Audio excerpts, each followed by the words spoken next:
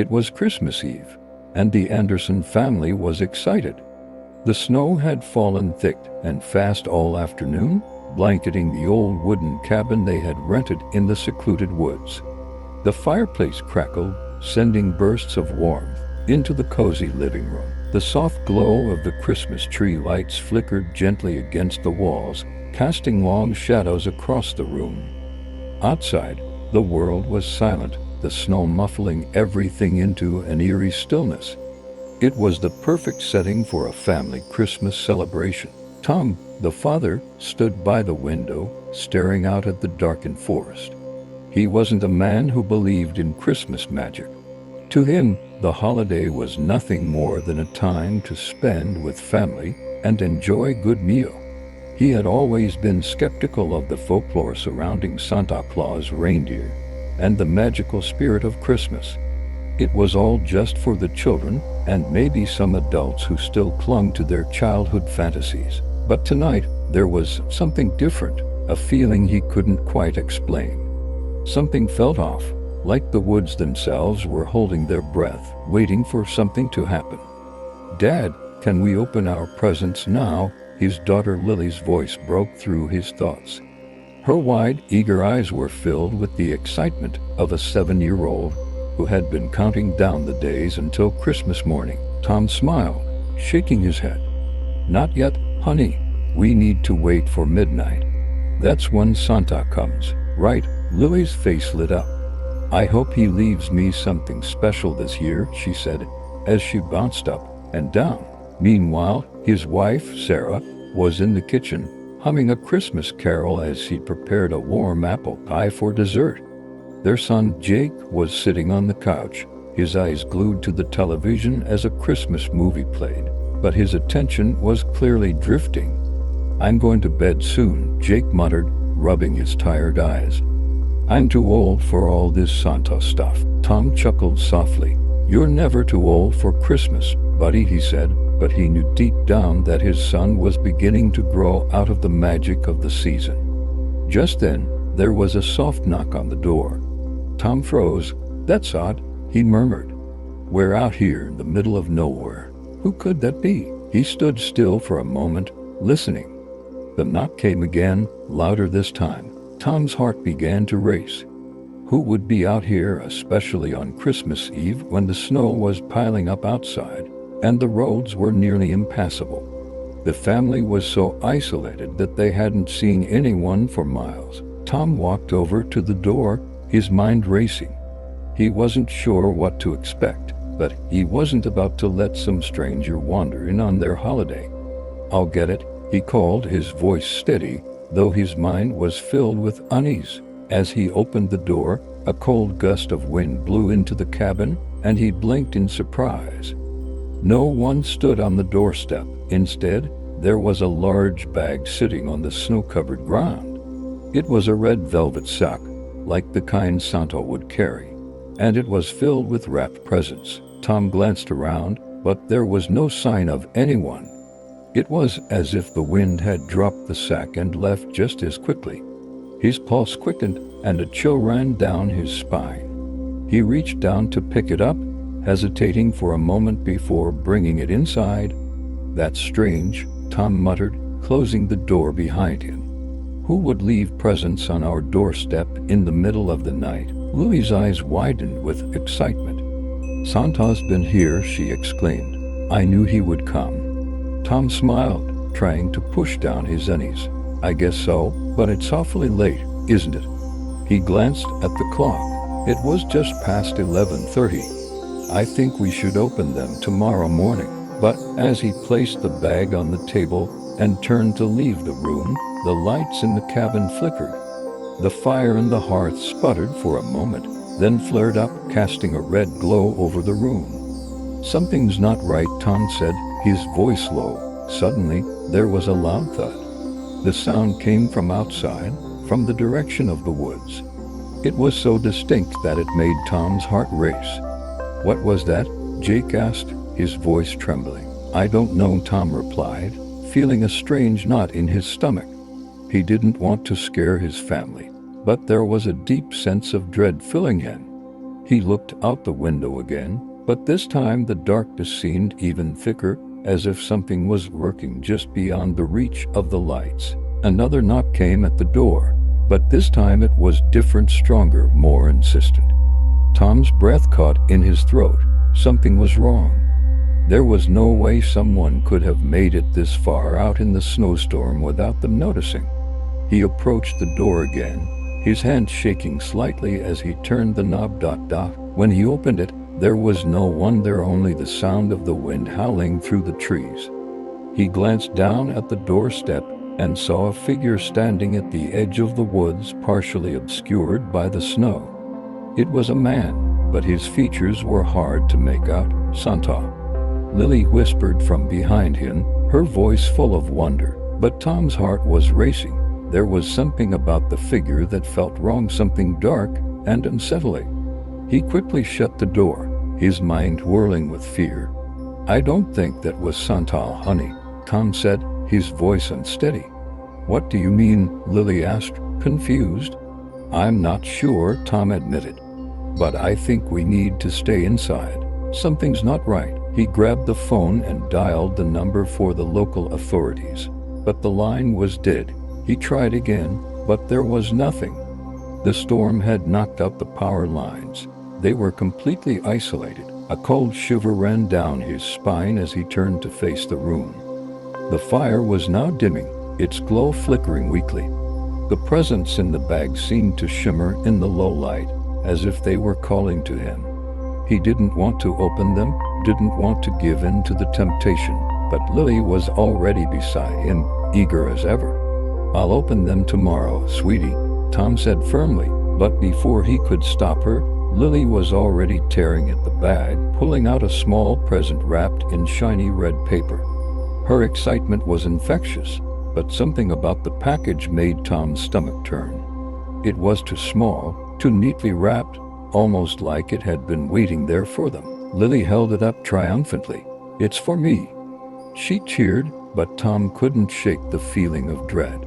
He knew something was wrong, and the look in Sarah's eyes confirmed it. She was staring out the window, her face pale, and her hand gripping the armrest tightly. "Tom," Sarah whispered. "Look."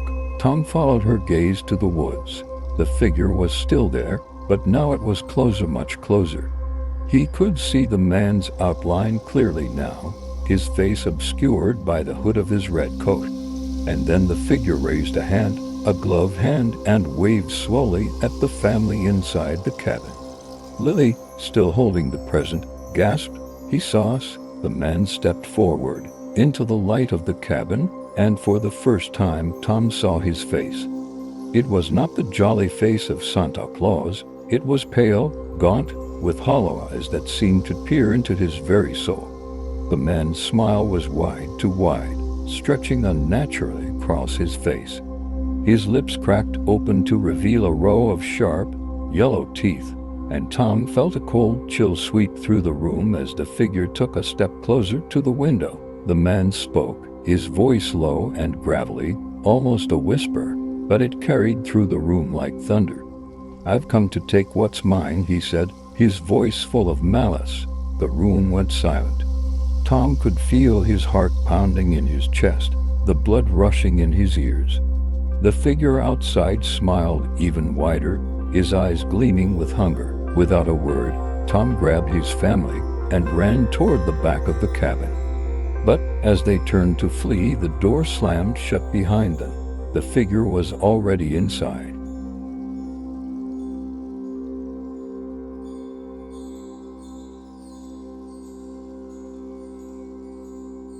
The Robinson family pulled up to the sprawling countryside hotel as the late afternoon sun cast long shadows across the snow-covered grounds.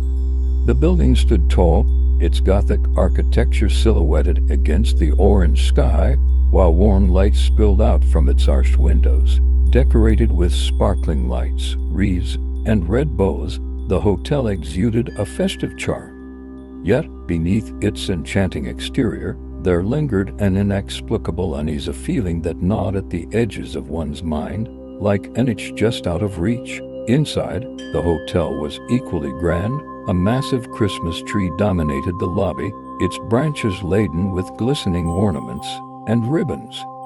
The staff, dressed in period uniforms, greeted the Robinsons with warm smiles. "This place is amazing," exclaimed Lisa, the 10-year-old daughter, her eyes sparkling with excitement. "It sure is," agreed her older brother, Ben, though his enthusiasm was tempered. At 15, Ben found Christmas less magical and more of an obligation. Still, the charm of the old hotel wasn't lost on him. The parents, Mary and David, checked in at the front desk, the receptionist handing over a large brass key. "Room 213, the woman said, her voice low but pleasant. "Enjoy your stay, and be sure to join us for Christmas Eve Mass in the chapel tonight." As they climbed the wide staircase to their room, Mary couldn't shake the feeling that they were being watched. She glanced over her shoulder but saw only the empty lobby. Their suite was as lavish as the rest of the hotel, with antique furniture, a fireplace, and floor-to-ceiling windows overlooking the snowy forest. After unpacking, the family decided to explore the grounds. The children made snow angels in the garden while David and Mary walked hand in hand, admiring the serene beauty. As the sun dipped below the horizon, the family returned indoors. Dinner was served in a grand dining hall, where other guests chattered cheerfully over roast turkey, mashed potatoes, and cranberry sauce. The warm glow of the chandeliers and the hum of holiday music created an inviting atmosphere. But as the night wore on, subtle oddities began to surface.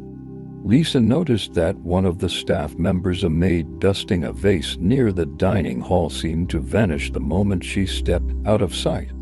Ben swore he heard footsteps in the hallway outside their room, though no one was there when he checked. Mary's unease deepened when she passed by a hallway that seemed darker than the rest. A strange sound, a faint, raspy whisper, drifted from its depths. She paused, straining to hear, but the noise stopped abruptly. Shaking her head, she dismissed it as her imagination and hurried back to their suite. At 11 p.m., the family joined other guests for Christmas Eve Mass in the hotel's chapel.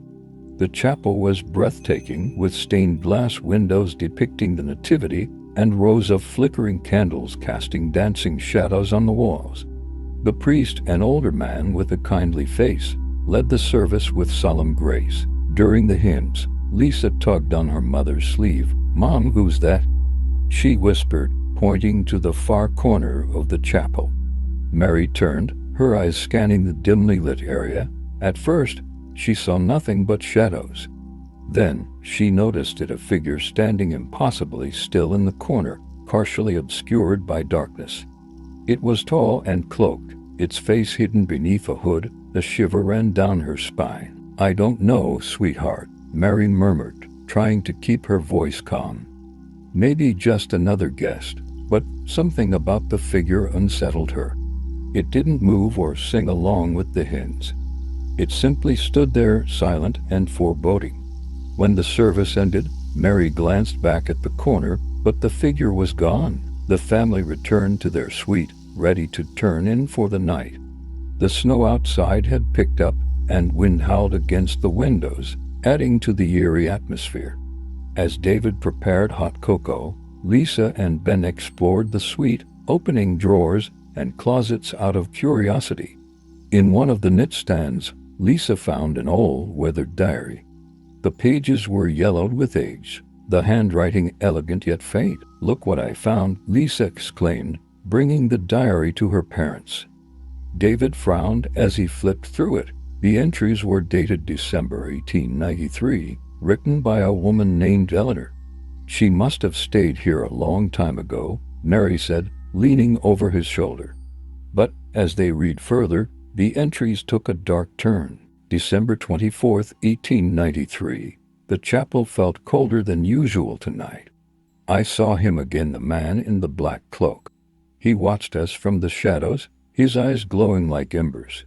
I told Father Patrick, but he dismissed me, saying the devil plays tricks on restless minds. I know what I saw. He is real." Lisa's eyes widened. "The man in the chapel," she began, but Mary shushed her gently. David continued reading, his voice growing grim. December 25th, 1893. They found Lucy's body this morning, her face frozen in terror. She had gone to the basement, claiming she heard bells. I don't know what she saw, but I fear he is to blame. I begged Father Patrick to close the chapel, but he refused. What does it mean? Ben asked, his voice tinged with nervous excitement. I don't know, David admitted, but this is definitely not something to joke about. As midnight approached, the family tried to put the diary out of their minds. They settled into bed, the fire crackling softly. But just as they began to drift off, a sound broke the silence. Jingle, jingle. The faint sound of bells echoed through the suite. Lisa sat up in bed, her heart pounding. Did you hear that? David listened intently. The sound came again, soft, melodic, but eerie. It seemed to be coming from beneath them. The basement, Ben whispered. David hesitated but decided to investigate. He grabbed a flashlight and, against Mary's protests, ventured into the dark hallway with Ben following close behind. The basement was accessed through a door near the lobby. As they descended the creaking wooden stairs, the air grew colder and the jingling grew louder. It was no longer cheerful. It was discordant, almost mocking. At the bottom of the stairs, David's flashlight illuminated a long corridor lined with old storage rooms. The jingling stopped abruptly, replaced by an oppressive silence. Maybe we should go back, Ben suggested, his voice trembling. David nodded, but as they turned to leave, a shadow passed across the beam of the flashlight. Who's there? David called, his voice echoing down the corridor. There was no response. Then, from the darkness, a low, guttural whisper reached their ears. Leave. Terrified, David and Ben ran back upstairs, slamming the basement door shut behind them. Back in the suite, they told Mary and Lisa what they had experienced. We're leaving first thing in the morning, David declared, his face pale, but the hotel had other plans. As the family gathered their belongings, the lights flickered and went out. The fire in the hearth extinguished, plunging the room into darkness. The jingling returned, louder and closer this time. And then, the figure from the chapel appeared in the doorway, its hooded head tilting unnaturally, its cloaked form gliding forward. Stay back, David shouted, grabbing a chair to defend his family. The figure stopped, its glowing eyes locking onto Lisa. It raised a skeletal hand, pointing directly at her. The air grew thick, making it hard to breathe. Summoning her courage, Mary grabbed the diary and hurled it at the figure.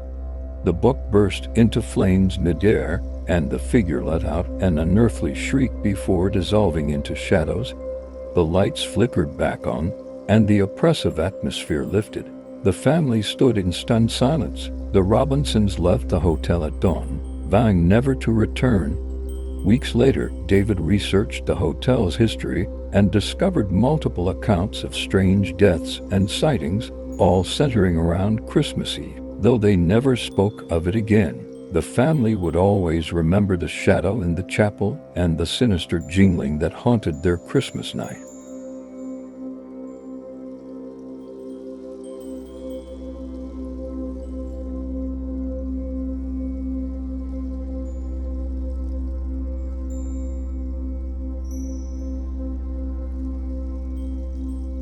It was a quiet, snow-covered Christmas Eve in the small town of Maplewood. The streets were lit with the soft glow of streetlights, and the town square was adorned with festive decorations, garlands of holly, twinkling lights, and a giant Christmas tree towering in the center.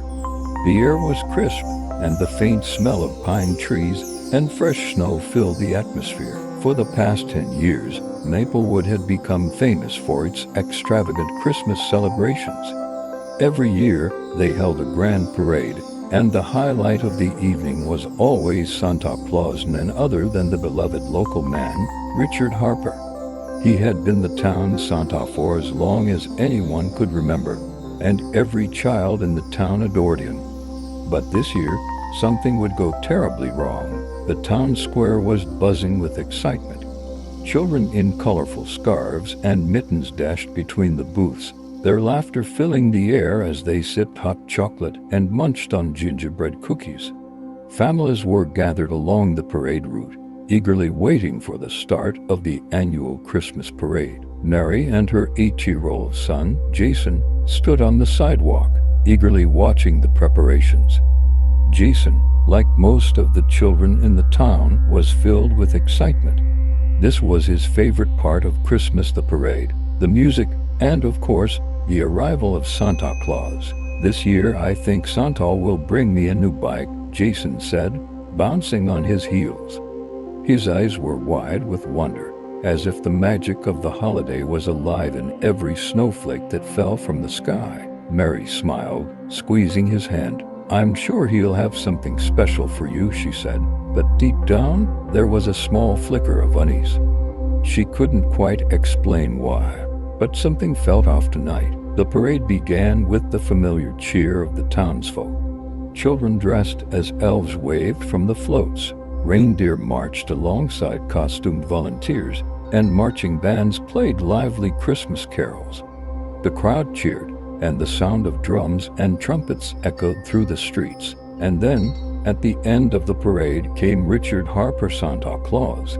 He sat on the back of a beautifully decorated sleigh pulled by real horses draped in red and green ribbons. The crowd erupted into applause, and the children screamed with joy as they spotted Santa. Jason's heart raced as he waved to his hero. But as Santa's sleigh passed by, Mary noticed something strange. Richard Harper, the man who had been Santa for so many years, was acting odd. His usual jolly demeanor was missing. Instead, he sat still in the sleigh, his face expressionless, almost as if he was in a trance. His eyes were wide open, but they didn't seem to focus on anything. He didn't wave or smile, as he usually did. "Did you see that, Mom?" Jason asked, tugging at her sleeve. "I did," Mary replied, her voice tight. "He doesn't look like himself tonight." But the parade continued, and the crowds cheered. The music played on, and the festivities continued as if nothing was wrong. Richard Harper, or Santa, had made his appearance. But something in Mary's gut told her that this would not be the Christmas they were expecting. Later that night, after the parade had ended and the streets had quieted down, the town gathered in the community center for the annual Christmas Eve party. There was food, drinks, music, and laughter, but Mary couldn't shake the feeling of unease. She kept glancing around, wondering where Richard Harper had gone after the parade. The last time she had seen him, he had climbed down from the sleigh and disappeared into the crowd, as he always did. But this year, no one seemed to know where he had gone. "Mom, I'm going to check out the toy booth," Jason said, tugging at her sleeve again. "I'll be back in a few minutes." Mary nodded, her thoughts elsewhere. She scanned the room, looking for any sign of Richard, but he was nowhere to be found.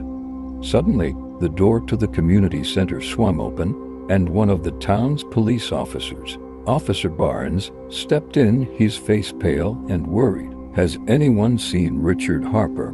Officer Barnes asked, his voice strained. "He's missing." The room fell silent. The festive chatter ceased, and every eye turned to the officer. "Missing?" Mary repeated, her heart sinking. "What do you mean missing, Santa?" "He disappeared after the parade," Officer Barnes explained, his voice shaking. "We've checked the entire area, and no one has seen him. His sleigh is parked outside, but there's no sign of him anywhere." A murmur of concern swept through the room. People began whispering to each other, glancing nervously at the door. Richard Harper, the man who had brought joy to this town every Christmas for decades, had vanished without a trace. "We need to organize a search," Officer Barnes said. "Everyone stay calm, we'll find him." But as the night wore on, there was still no sign of Santa. The search teams combed the town looking for any clue, but it was as if Richard Harper had simply disappeared into thin air. The next morning, the search continued. Jason, despite his usual excitement for Christmas, was uneasy. His mother's worrying had infected him, and he kept looking out the window, hoping to see the familiar sight of Santa's sleigh arriving at the community center. But then, something caught his eye. Out in the yard, near the edge of the woods, he saw something red, a flash of red fabric. He squinted, trying to make sense of it. It looked like it could be a piece of clothing, but it was so far away. He grabbed his coat and ran outside to investigate. As he approached, his heart began to race.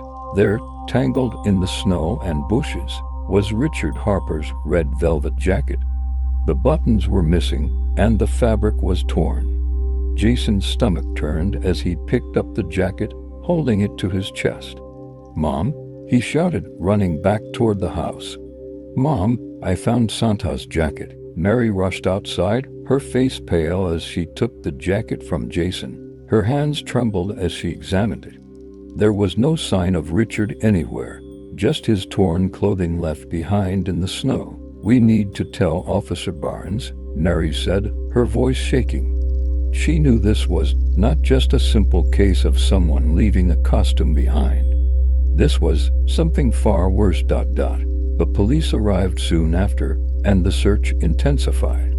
They found more clues, footprints in the snow leading into the woods, but no sign of Richard. It was as though he had vanished entirely. As the days passed and the search continued, more strange things began to happen.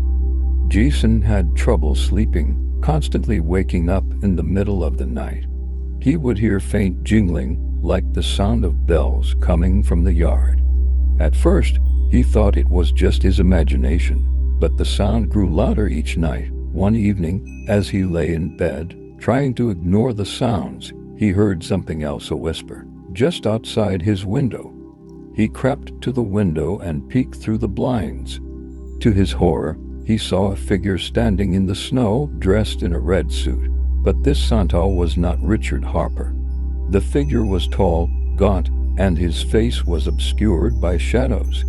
Jason's heart pounded in his chest as he backed away from the window. The next morning, Jason shared what he had seen with his mother. She listened, her face pale with fear. "That's not Richard," Mary said, her voice barely a whisper. "That wasn't Santa Claus." Mary did some research and uncovered a chilling truth. Richard Harper's family had been involved in the town's Christmas traditions for generations. But there were dark rumors about the Harper family, a legacy of strange occurrences on Christmas Eve. Richard's great-grandfather, an infamous figure in the town's history, had disappeared on Christmas Eve decades ago, leaving only his red suit behind. Mary realized with a shock that this wasn't the first time someone had disappeared in Maplewood on Christmas Eve. The pattern was too similar to ignore. On New Year's Eve, after weeks of searching with no answers, Mary and Jason were sitting in the living room when they heard a knock at the door. They opened it to find Officer Barnes, his face grim. "We found him," he said quietly. "We found Richard Harper." "Where?" Mary gasped, her voice full of hope. "In the woods, near the old chapel," Officer Barnes replied. But he wasn't the same. His face was frozen, like he'd been out there for days. And there was something strange about him, something dark in his eyes. Richard Harper's body was discovered later, and it was clear that he had died, but the town was left with more questions than answers. The search had uncovered something darker lurking beneath the surface of Maplewood, a dark tradition tied to the Christmas season. Richard Harper had been chosen, just like his ancestors before him, to fulfill a sinister role, one that only appeared on Christmas Eve. The mystery of the missing Santa was never fully solved. But as the years passed, the town of Maplewood grew quieter, the Christmas celebrations less joyful. Every year as Christmas approached, the townspeople would glance nervously at the woods, hoping the dark figure would never return.